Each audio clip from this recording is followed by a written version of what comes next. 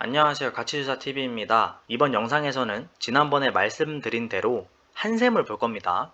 한샘, 최근에 좀 하락해서 현재가 11만 1,500원, 시가총액은 2조 6,240억에 형성되어 있고요.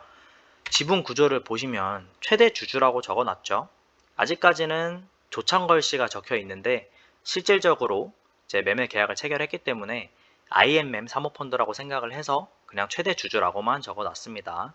지분도 30.21%로 펀드에 양도하기로 한 지분을 적어 놓은 거예요. 그리고 두 번째로 많이 가지고 있는 테토는 2011년 이전부터 보유를 하고 있었고 2019년에도 장내 매수로 지분을 늘려온 회사입니다. 매도 이슈를 크게 걱정할 필요는 없지 않을까 생각하고요. 국민연금이야 국내 주식시장에서 거의 깡패이기 때문에 항상 조심해야죠. 갑자기 저 7%를 다 팔아버릴 수도 있습니다. 특이한 부분은 자사주가 26%가 넘는다는 거. 작년에도 37만 주 정도 한 300억 원치를 매수를 했더라고요. 이번에 사모펀드로 회사가 넘어가면서 그 사모펀드를 향해서 너네 너무 비싸게 산 거 아니야? 라는 말이 나오니까 이 자사주를 소각을 해가지고 주당 가치를 높이겠다는 뉴스도 나왔었습니다. 재무제표로 넘어가면 올해 매출액, 이익 잘 나오고 있고요. 한 가지 아쉬운 점이라고 하면 주가가 조금 고평가돼 있어서 그런지 배당 성향이 그렇게 안 낮아요. 그런데 배당 수익률이 많이 낮게 되어 있다는 점. 그래서 물론 호재도 많지만 만약에 하락을 했을 때 주가 방어가 힘들 수 있다. 제가 말하는 하락은 이제 회사 가치는 그대로인데 이슈로 하락하는 걸 말하는 겁니다. 실적이 박살나면 직전 배당이 높아도 주가 방어가 안 돼요. 그리고 배당 수익률이 낮기 때문에 장기적으로 들고 가기도 애매할 수 있겠다.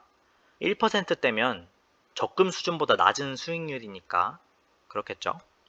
그런데 올해 이익 수준이 괜찮아서 최소 1,400원, 주인이 사모펀드로 바뀌었으니까 배당에 좀 힘을 준다고 하면 최대 2,000원까지 보고 있습니다. 그렇게 줄 수도 있겠다. EPS 3,700원이라고 보면 자사주 제외하고 배당 성향 40%에서 딱 2,000원이 나옵니다. 아니면 배당을 안 늘려주더라도 자사주 매입을 계속 해왔으니까 올해나 내년에 자사주 매입 공시가 또 나올 수도 있죠. 회사 자체는 제가 생각하기에 주주 친화적인 정책을 펴고 있는 것 같아요. 그리고 제가 저번 가구 산업 영상에서 8월에 가구 판매액이 좀 떨어지면 홈퍼니싱 가구 시장의 규모가 감소세에 들었다고 볼 수도 있겠다 이렇게 말씀을 드렸는데 8월 추정치가 발표가 됐고 9천억 수준으로 올라왔습니다. 그리고 아마 가을 이사 시즌인 9월, 10월에는 판매액이 떨어지지 않을 것 같아요. 그래서 우상향 추세를 유지할 것 같다.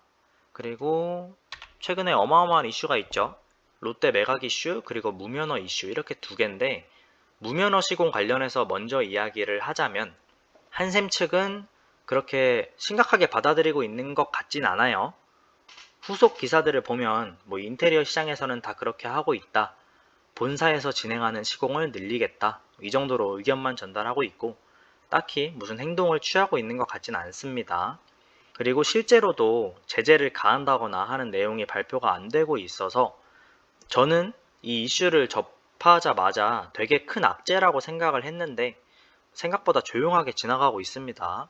그리고 롯데 인수 관련한 이슈가 있어요. 이번에 한샘을 인수하는 IMM 사모펀드에 롯데가 돈을 투자했습니다. 롯데쇼핑, 롯데하이마트 이렇게 두 곳에서 투자를 했고 이 사모펀드가 엑시트를 할 때 엑시트는 투자금을 회수하는 걸 말하죠. 이익을 보고 투자금을 빼는 건데 같이 투자한 롯데에 그 사모펀드의 나머지 지분을 인수할 수 있는 우선 매수권을 줘요. 롯데 말고 다른 투자자들이 우리 팔고 나갈 건데 롯데 너네 우리 거 사갈래? 이렇게 물어보는 거거든요. 그리고 롯데가 이 우선 매수권을 행사할 가능성이 높다고 보고 있습니다. 그래서 사모펀드에 넘어가는 거지만 롯데그룹에 인수됐다고 생각을 해도 괜찮을 것 같아요. 21년 초부터 롯데백화점과 아울렛에 한샘 오프라인 전시장 매장을 열어줬거든요. 이 말은 이제 매각설이 나오기 전부터 뭔가 이야기가 오갔다는 소리겠죠. 이 롯데가 백화점 계열에서는 가구산업 경쟁에 좀 늦게 들어간 편이거든요. 신세계에서는 까사미아로 2018년부터 진입을 했고 현대는 뭐 현대리바트 다들 아시잖아요. 거기에 이제 롯데가 참여를 하는 건데 늦은 만큼 더 밀어줄 가능성이 있어요. 한샘 자체도 이제 주방 가구에서 리하우스 쪽으로 무게를 싣고 있고 롯데 측도 최근에 리빙 관련해서 무게를 주고 있기 때문에 시너지 효과가 좀 클 거로 예상이 됩니다. 참고로 리하우스는 이제 부엌뿐만이 아니라 집안 전체를 리모델링 하는 거예요. 그리고 거기에 더해서 아까 제가 하이마트도 말씀드렸는데 하이마트가 가진 가전 분야를 합쳐서 이제 이사하는 집 자체를 한샘이 바닥재, 벽지부터 시작해서 침대, TV, 냉장고, 뭐 옷장 등등 집을 한 채 그냥 팔아먹는 거죠. 그런 식으로 협업할 가능성이 높습니다. 롯데백화점이 밀어준다고 하면 당연히 매출은 상승하겠고 뭐 어쨌든 호재라고 보면 되겠죠. 한샘 입장에서는. 지금 당장 주가는 이익에 비해서 살짝 고평가라고 생각하는데 1, 2년 뒤에 이 시너지가 나온 이후의 실적까지 본다면 그렇게 고평가라고 딱 잘라 말하기는 힘들고요. 그리고 뭐 이건 넘어가고 2018년에 사내 성폭행 이슈로 불매운동까지 나오면서 주가가 그냥 박살이 났어요. 그래서 지금이 바닥이긴 한데 바닥에서 좀 올라오긴 했죠. 여기서 어디까지 올라가겠다 이렇게 말씀드리기는 되게 어렵습니다. 다만 사모펀드가 매수한 금액이 한 주당으로 따지면 22만원 정도라고 하거든요. 거기에 자사주를 소각해서 지분 비율을 늘린다고 해도 17만원 정도에서 사는 거라고 해요. 그러면 이 사모펀드가 어쨌든 이익을 보고 엑시트를 해야 되잖아요. 그래서 향후 몇 년 안에 주가를 자기들이 산 가격인 17만원대 위로 올려놓으려고 하겠죠. 그 투자자들도 손해보려고 투자한 건 아니잖아요. 그래서 지금 수준에서 사면 큰 일이 있지 않는 한 장기적으로 손해는 안 볼 것 같아요.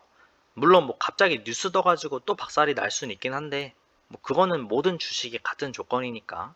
지금 워낙 주식시장이 변동이 커서 뭐 변동성이 크다는 말은 다른 말로 위험하다는 소린데 이럴 때는 현금을 들고 있으면 좋아요. 그래서 한샘을 매수하려고 이 영상을 보시는 분들은 더 내려갈 기회를 한번 노려봐도 괜찮을 것 같고요.